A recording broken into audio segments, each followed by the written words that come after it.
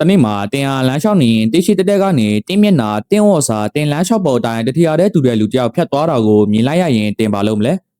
ဒါရွရွရုပ်ချင်းတူတဲ့လူမဟုတ်ပါဘူးတင်းရဲ့ကိုပွားဒိုဘဲကန်ကဖြစ်နေခဲ့ရောဒိုဘဲကန်ကဆိုတာဂျာမန်စကလုံးတပည့်ကိုပွားလဲတူကနေဆင်းတက်လာတာပါချီယူစားတွေရာကိုရဲ့ပုံသူကိုပွားကိုမြင်ရတာဟာကန်ဆူးချင်းတို့မဟုတ်တည်ချင်းတရားရဲ့နမိတ်လို့ယုံကြည်ကြပါတယ်ဒီနေ့ဗီဒီယိုမှာတော့ကျွန်တော်တို့ဓာတ်တွေကိုတမိုင်းကြောင်းတိတ်ပြန်ပညာလက်တွေ့ဖြစ်ရတွေနဲ့အတူအသေးစိတ်ဖော်ထုတ်သွားမှာပါ Presented by Consunchar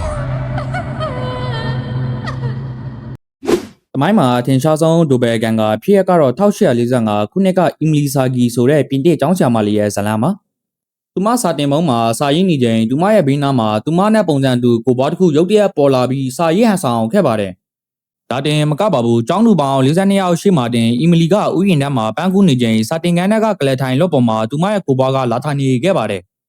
ကလေးတွေကသွားထိလိုက်တဲ့အခါလေတူတဲ့ဖြတ်သွားတယ်လို့မျိုးခံစားခဲ့ရတယ်လို့ဆိုပါတယ်နောက်ထပ်တစ်ယောက်ကတော့အမေရိကန်တမရာကြီးအေဗရာဟင်လင်ကွန်ပါ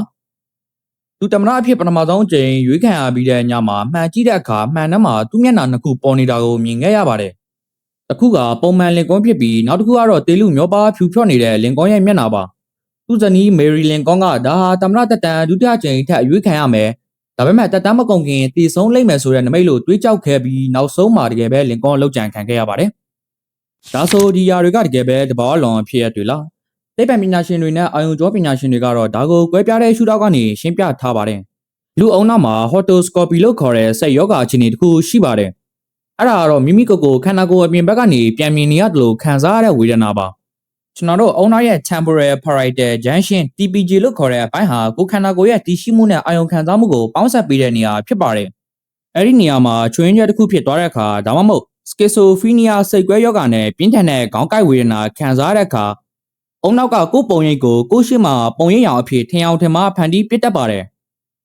ဒါကြောင့်တင်မြင်လိုက်ရတဲ့ကိုယ်ဘွားဟာတကယ်တော့တရားမဟုတ်ပဲတင်အုံနောက်ကကစားလိုက်တဲ့လှည့်ကွက်တစ်ခုဖြစ်နိုင်ပါတယ်ဒါပေမဲ့စိတ်ပညာကရှင်းပြလို့မရတဲ့လက်တွေ့ကျတဲ့ကိုယ်ပွားတွေလည်းရှိပါသေးတယ်။အင်တာနက်ပေါ်မှာ Train Stranger ဆိုတဲ့ project တစ်ခုရှိပါတယ်။ကမ္ဘာတစ်ဖက်ခြမ်းမှာသွေးသားမတော်ဆက်ပဲကိုယ်နဲ့ရုပ်ချင်းတထီရတဲ့တူတဲ့လူတွေကိုရှာဖွေပေးတဲ့ website ပါ။ရိုးရိုးဗီဇ DNA ပညာရှင်တွေရဲ့အဆိုအရကမ္ဘာပေါ်မှာလူဦးရေဘီလီယံနဲ့ချီရှိနေတဲ့အတွက်လူမျက်နှာဖွဲ့စည်းပုံ genetic combination တွေထပ်သွားဖို့ရာခိုင်နှုန်းတော်တော်လေးများတယ်လို့ဆိုပါတယ်။